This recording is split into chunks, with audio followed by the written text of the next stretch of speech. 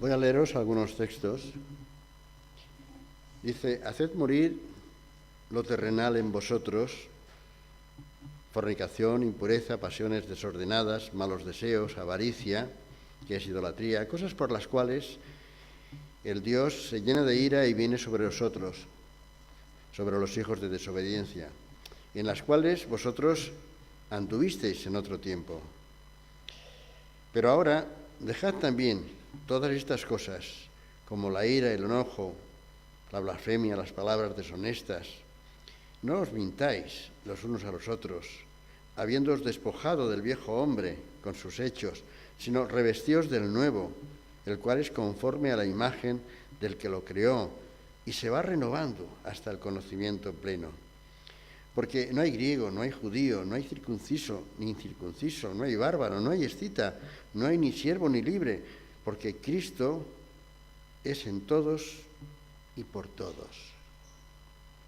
Cuando leemos textos como estos, y podríamos leer muchos más,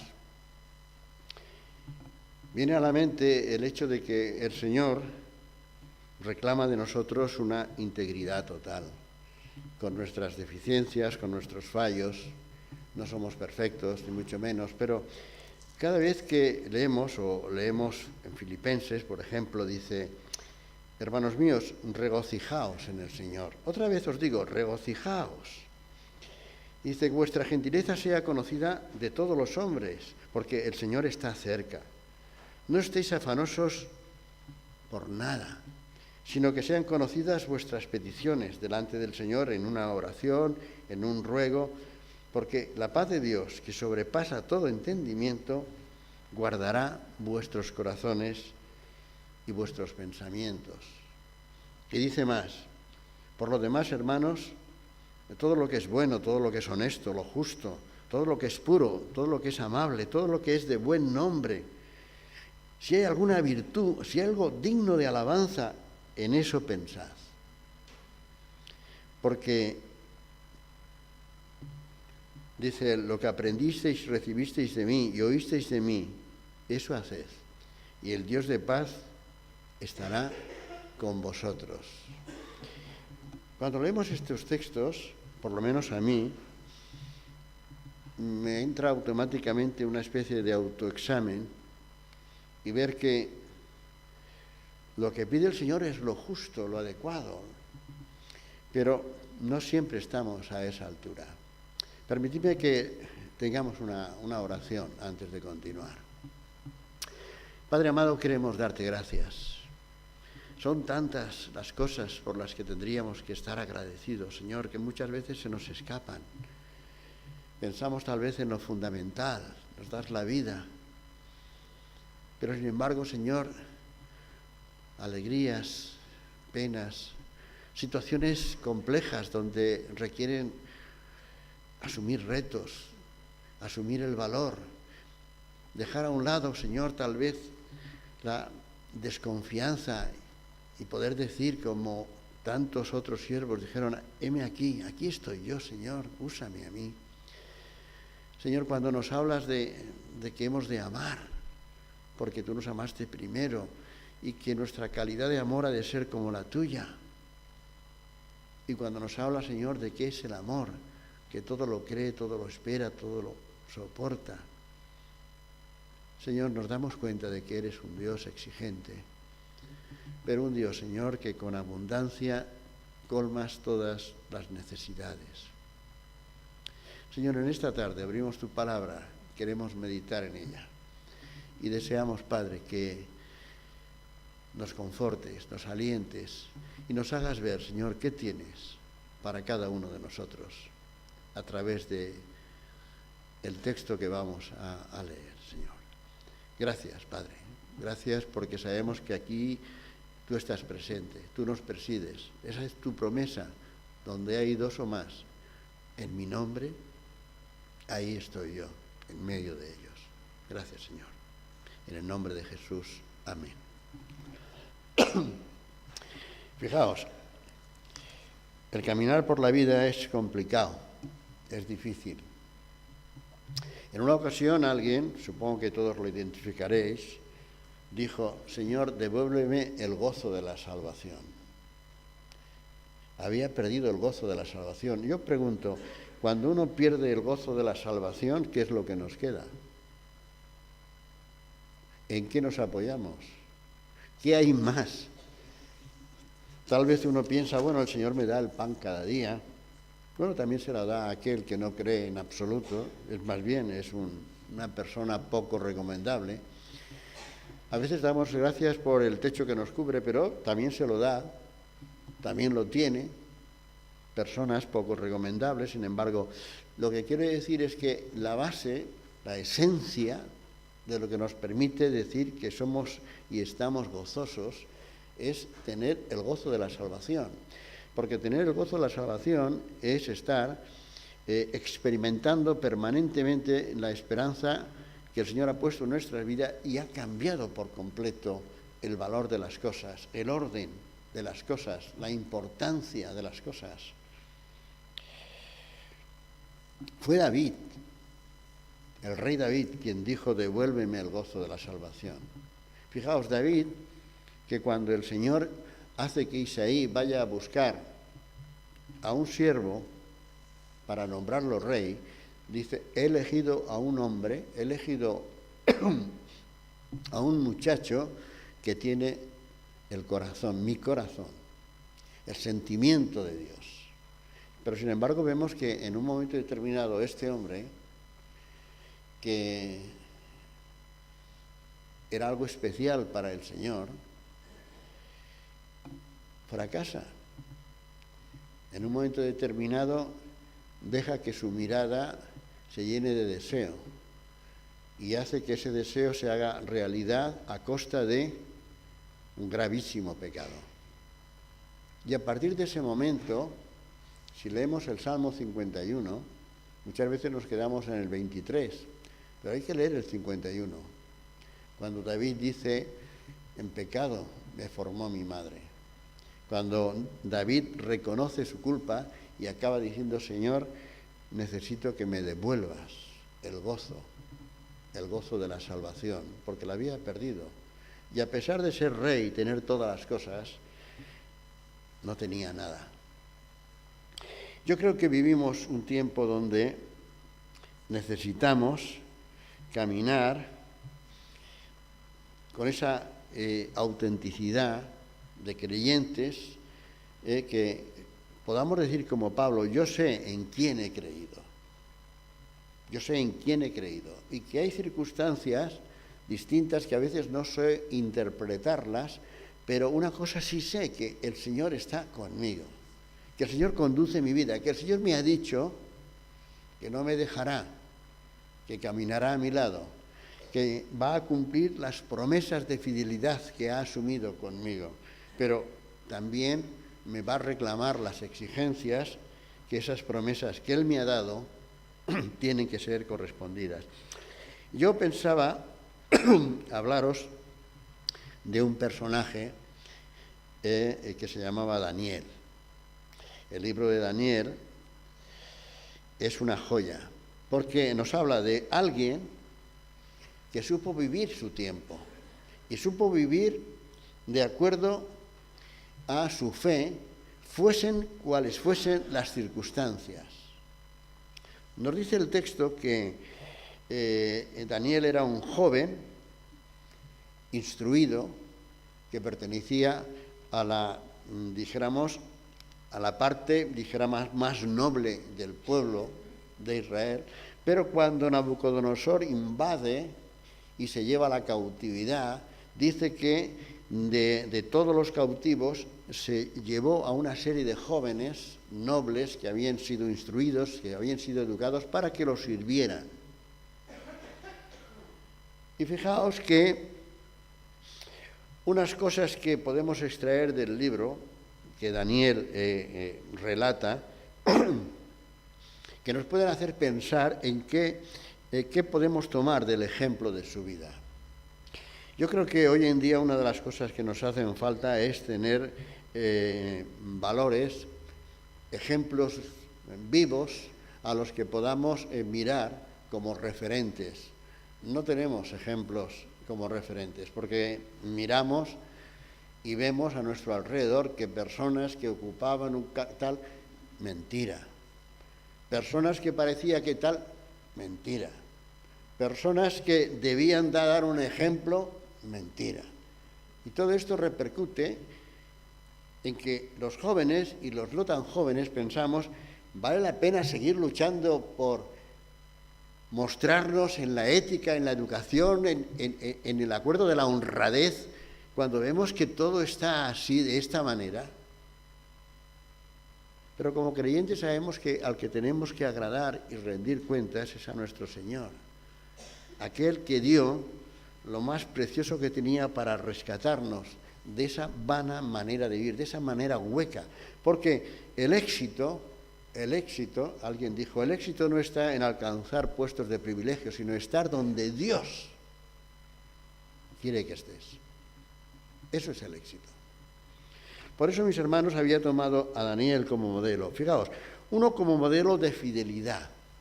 En el capítulo 1 nos dice que estos jóvenes que han sido sacados de su país, que han sido raptados, que son afortunados porque han ido a parar al palacio. Otros fueron a parar a la tumba y otros fueron a parar a las canteras a trabajar como esclavos. Pero estos jóvenes fueron arrebatados de su medio ambiente y fueron llevados al palacio real. Y dice que fueron preparados e instruidos. Y fijaos, cuando hablamos de fidelidad, tendremos que ir qué significa la fidelidad. Porque fijaos, el texto nos dice que a Daniel, el nombre de Daniel significa el Señor es mi juez, o el Señor me juzga. Se le cambió el nombre, se le puso Belsasar. Y Belsasar significa Bel, el dios Bel, que era un dios babilónico, es mi escudo. Pero además les enseñaron a hablar en otra lengua, la lengua caldea. Dejaron de hablar el hebreo y el arameo, empezaron a hablar en lengua caldea. Y además se les proponía alimentarse de forma diferente. Y nos dice el texto que Daniel propuso en su corazón, versículo 8 del capítulo 1, no contaminarse. Cuando nos cambian la forma de hablar, el sentido de las palabras, cuando nos cambian no solamente la forma de hablar, sino nos cambian el nombre. Ya sabéis que hoy no, pero en aquellos tiempos el nombre era parte de la identidad de la persona, era parte de la esencia, del carácter de aquella persona. Por eso en el Nuevo Testamento vemos cuántas veces el Señor cambia el nombre a las personas. Dice, tú eres Cefas, pero a partir de ahora te llamarás Pedro. ¿Por qué? Porque sobre esa piedra edificaré mi iglesia. Ahí en el nombre hay una enorme carga sobre el carácter, sobre lo que se espera, lo que la persona, la esencia de la persona es. Y se le cambió el nombre, se le puso Belsasar. Bel es el que te cuida, el que te guarda. No, él se llamaba Daniel. El Señor es el que me juzga, es mi juez. Y él dijo, no, yo no voy a tomar parte aquí. Hasta donde yo me pueda resistir, voy a ser fiel al Señor. Y entonces propuso en su corazón no contaminarse con la porción de la comida que estaba reservada. No era mala la comida, porque era la comida del rey. Ni la bebida, porque era la bebida del rey. Pero él dijo, no, yo voy a tomar solo agua y verduras. Y la persona que estaba al mando, encargada de prepararlos para presentarlos al rey, dice, es que me estoy jugando la vida. Es que el Señor verá que estás demacrado con respecto a los otros jóvenes. Él dijo, no, haz una prueba. ¿Sabéis? Haz una prueba porque la fidelidad de Daniel se basaba en que él creía en la fidelidad de Dios. Cuando uno no cree en la fidelidad de Dios, no puede ser fiel. Y cuando uno no es fiel, no puede hablar de la fidelidad de Dios, porque no cree en ella. Y dice que cuando pasaron unos días, 10, 12, 15, 20 días, el aspecto de Daniel, que comía algo diferente, bebía agua y comía verduras, era mejor que todos aquellos que se alimentaban de la porción que el rey les daba cada día. Entonces aquel hombre se sintió que estaba seguro porque no habían cambios. La fidelidad abre el camino, la fidelidad abre el camino a recibir las bendiciones del Señor. Fijaos que el texto nos dice que todos los chicos que estaban allá, instruidos y preparados, fueron presentados al rey, y el rey departió con todos ellos y sencillamente estaban en algún lugar determinado, se consideran que eran personas sabias. Pero fijaos que pasan cosas, y pasa que Nabucodonosor tiene un sueño, dice que ve cosas que quiere que alguien se las explique, y entonces llama a todos los sabios, dice el capítulo 2, que tuvo un sueño y se perturbó su espíritu por este sueño, y llamó a todos los sabios de su reino para que le explicaran el sueño. Así que los sabios llegaron hasta allá y se acercaron al rey y le dijeron: dinos qué sueño ha sido ese y te lo explicaremos. Pero cosas curiosas. Va el rey y dice: no, es que no me acuerdo del sueño. Dice: pero me lo tenéis que explicar. Dice: pero ¿cómo te vamos a explicar un sueño que... No, me lo tenéis que explicar. Y la cosa va tan seria como que el rey hace que sean ejecutados todos los sabios del reino. Y aquí está Daniel, que el Señor le revela el sueño, le revela la interpretación del sueño, para que vaya y le diga al rey que él le puede resolver el problema. Es una persona que está en comunión con el Señor. Mirad, hay personajes en la Escritura que son un poco especiales, yo diría. Por ejemplo, a mí me resulta muy especial el personaje Sansón. A mí me resulta muy especial, por ejemplo, Job. Me resulta muy especial Jonás, una persona que pasó por una experiencia tremenda de estar en un vientre de un pez durante 3 días. Eso no. Hay quien dice: no, es que ese personaje es un personaje que tal vez es ficticio, es para enseñarnos algo. Pero Jesús menciona a Jonás. Dice: como Jonás estuvo, así el Hijo del Hombre ha de estar. O sea que Jesús lo daba como un personaje que había existido. Y este personaje, fijaos, que hablaba con Dios. El Señor le dice a Jonás: Jonás, ves a Nínive, a esa ciudad llena de maldad,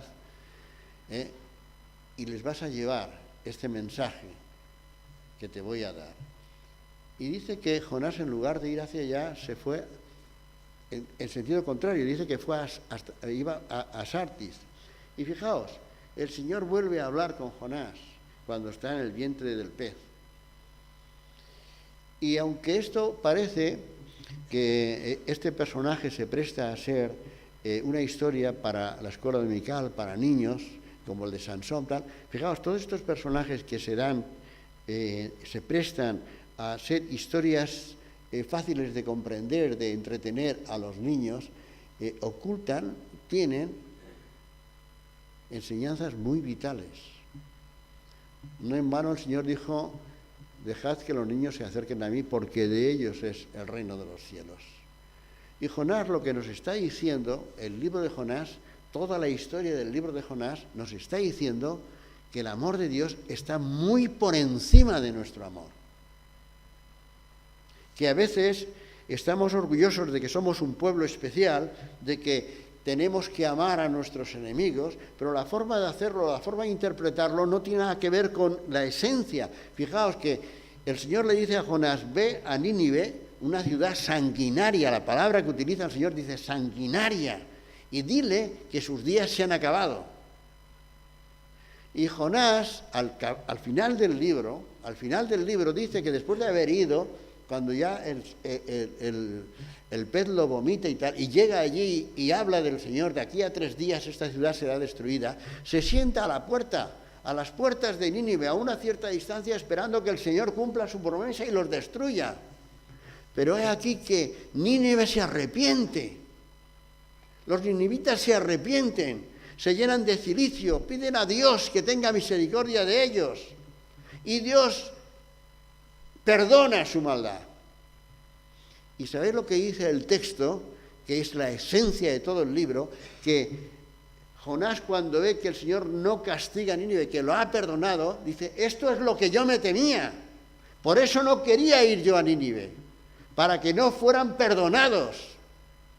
El amor de Dios estaba muy por encima con respecto a Nínive que el que podía tener Jonás. Y el Señor sabía mucho más de la maldad de Nínive que Jonás. A veces no somos capaces de perdonar a alguien que nos ha hecho un guiño, pero pedimos que se nos pedide lo que sea, porque el amor de Dios tiene que cubrirlo todo. La fidelidad de Daniel estaba en que él respondía con la misma moneda con que el Señor lo trataba a él.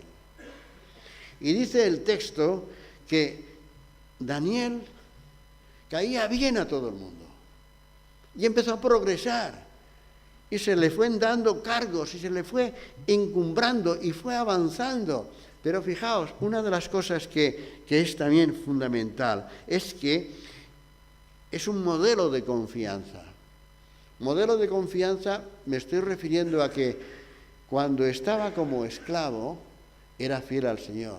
Y cuando el Señor permite que vaya progresando y llega a ser gobernador de los sátrapas, de los gobernadores, el que gobernaba a los gobernantes de las provincias, es decir, el cargo más importante de toda Babilonia, después del rey, lo tenía Daniel. Pero él seguía teniendo el mismo talante, las mismas condiciones de trato que tenía siempre. Tanto es así que la envidia de los sátrapas por este esclavo que ha venido aquí y nos ha usurpado, está por encima de nosotros y hay que destruirlo. Y dice el texto que los sátrapas, los gobernantes, dijeron, no hallaremos en Daniel ningún defecto, no hallaremos en él nada de lo que podamos acusarle delante del rey. Solamente podremos acusarle con respecto a su fe de su Dios. Y entonces inventan algo, le dicen al rey, por siempre vive, que era la forma de acercarse al rey, decirle, por siempre vive. Hemos pensado que para que todo el mundo te reconozca como Dios,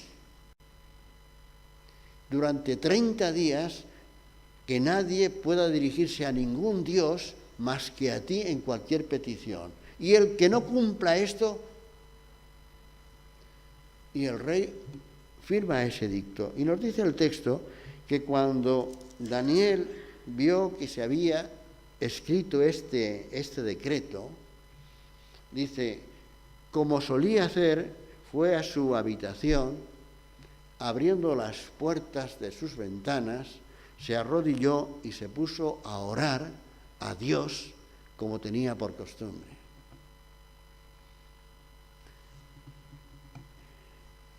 No le cambian el talante, no le cambian la fidelidad al Señor, no le cambia la confianza en Dios. Él podía haber estado orando sin abrir las ventanas, podría haber estado 30 días sin orar, pero no, él como cada día abrió las ventanas para ser visto y se puso a orar al Dios eterno y poderoso, al que hemos cantado, al que es y será, el que ha sido, es y será. Y se puso a orar como siempre. Y entonces estos ya vieron en qué podían acusarlo. Pero Daniel, mis hermanos, Daniel no temía eso, porque él, el único, si tenía temor de algo, era fallarle al Señor. A nosotros esto nos tendría que hacer reflexionar. Nos da, yo no diría temor, nos da reparo, nos da vergüenza, nos produce algún desazón fallarle al Señor. Yo creo que ni siquiera lo pensamos. Y fijaos que cuando acusan a Daniel, no leo porque es el libro está repleto de los textos que quería, os lo comento así, porque los sátrapas van y le dicen: Majestad, ¿no firmaste un decreto diciendo que durante 30 días? Y pues al que tú lo has encumbrado, no lo cumple.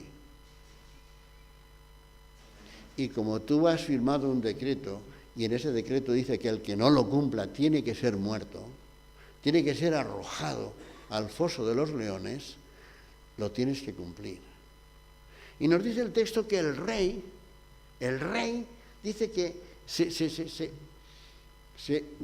se enfadó. El rey se entristeció mucho porque había firmado algo que iba a dañar a una persona que él amaba, que él estimaba. Pero aquellos dijeron: no te puedes volver atrás, porque los decretos que se firman en Persia no se pueden revocar. Tú has firmado que aquel que cometa esto tiene que ser lanzado al foso de los leones y lo tienes que cumplir. Y el rey tuvo que hacer que Daniel fuese arrojado al foso de los leones, con todo el dolor de su corazón. Pero Daniel, dice el texto, que bajó al foso de los leones sin ningún problema, sin tal. Y el rey le dijo: ese Dios al que tú sirves, Daniel, te protegerá. Y Daniel le dijo: el Dios al que yo sirvo me protegerá. Y solo sucederá aquello que Él quiera que suceda. Y allá fue arrojado Daniel al foso de los leones. Pero él tenía la confianza, es un modelo de confianza de que el Señor obraría, y lo que Él obrara bien está. El apóstol Pablo dice: ¿aceptaremos las cosas buenas de Dios y las malas no las aceptaremos? ¿Seremos solamente fieles en aquello que nos conviene o tendremos que ser fieles en todo? ¿Estaremos de acuerdo en lo que el Señor nos da cuando nos conviene y no estaremos de acuerdo cuando no nos conviene? ¿Qué tipo de autoridad, qué tipo de sometimiento a la autoridad es ese? Y el texto nos dice que al amanecer del día siguiente, el rey salió corriendo hacia el foso para ver si a Daniel estaba ahí. Y nos dice el texto, mis hermanos, de una forma clarísima, que dijo: Daniel, el Dios al que te sirve, ¿te ha protegido? El testimonio, el rey no creía en el Dios de Daniel. Las gentes no creían en el Dios. A veces nos da la sensación de que estamos obligados a hacer que aquellos que están a nuestro alrededor crean. No, nosotros tenemos solamente una obligación, y es lanzar la semilla. Es la tierra que la recibe la que tiene que responder. A mí se me podrá acusar de que no he hablado del Evangelio, pero no de los resultados que pueda tener el Evangelio, porque son las personas que lo reciben las que tienen que valorar, las que tienen que responder, de las que se le va a pedir cuenta. A mí se me pidió cuenta de si he esparcido o no he esparcido, si he tirado la semilla, si me he preocupado en que llegara a todas partes, desde el camino hasta los lugares en que la tierra era fértil, pero en todo lugar se ha lanzado la semilla de vida. Y Daniel desde el foso le dice: sí, mi Dios cerró la boca de los leones para que no me hicieran daño. Y el rey dice que gozoso hizo sacar a Daniel. Hizo que tiraran a todos los sátrapas que lo habían acusado, y antes de llegar abajo los leones los habían despedazado a todos. Esto nos parece cruel, chistoso, tal, pero lo que nos está diciendo el Señor es que aquel que es fiel al Señor recibe fidelidad por parte de Dios. Aquel que da, recibe. Pedid y se os dará, llamad y se os abrirá. Buscad y hallaréis. Son palabras del Señor.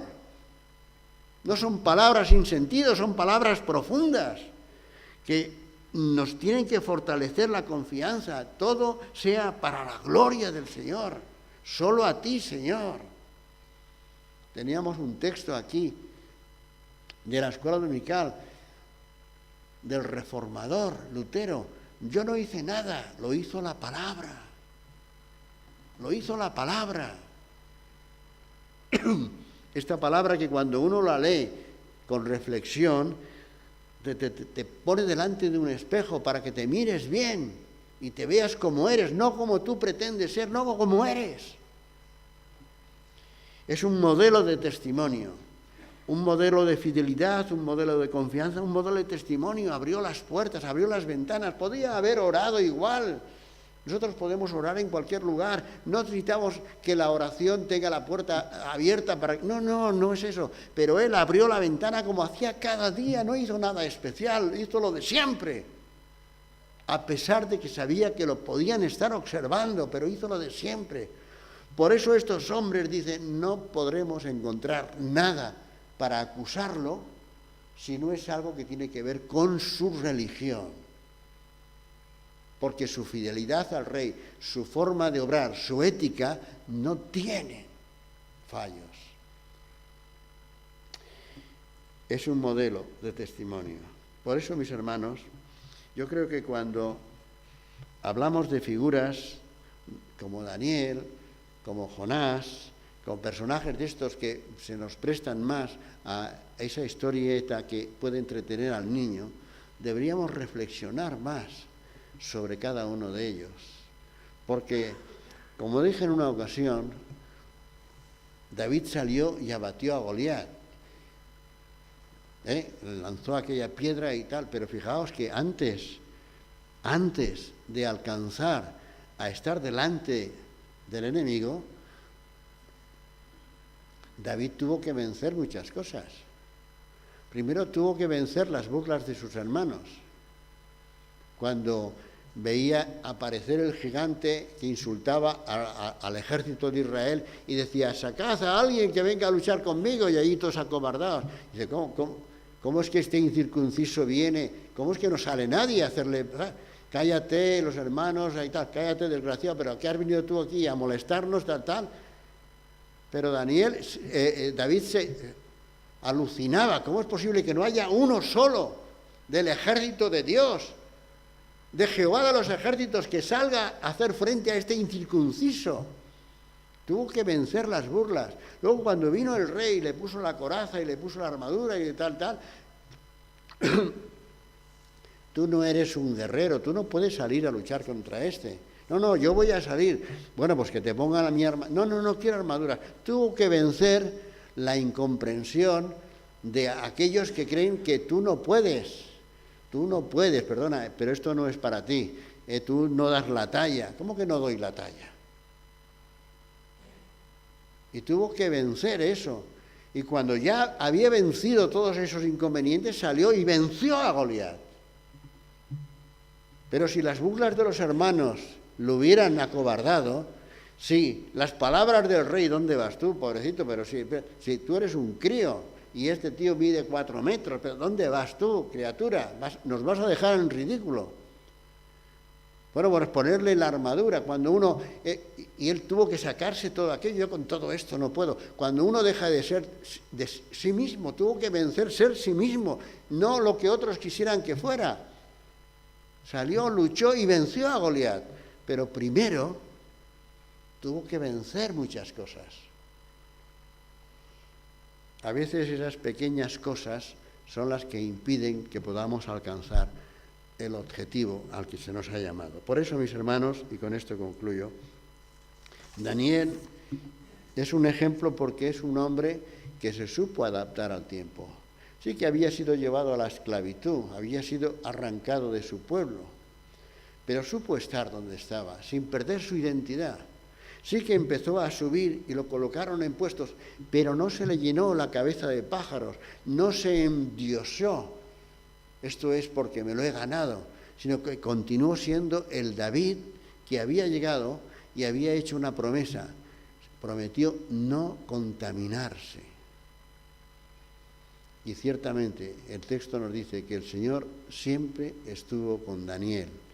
Y Daniel es un personaje que hoy en día sigue siendo un modelo para todos nosotros.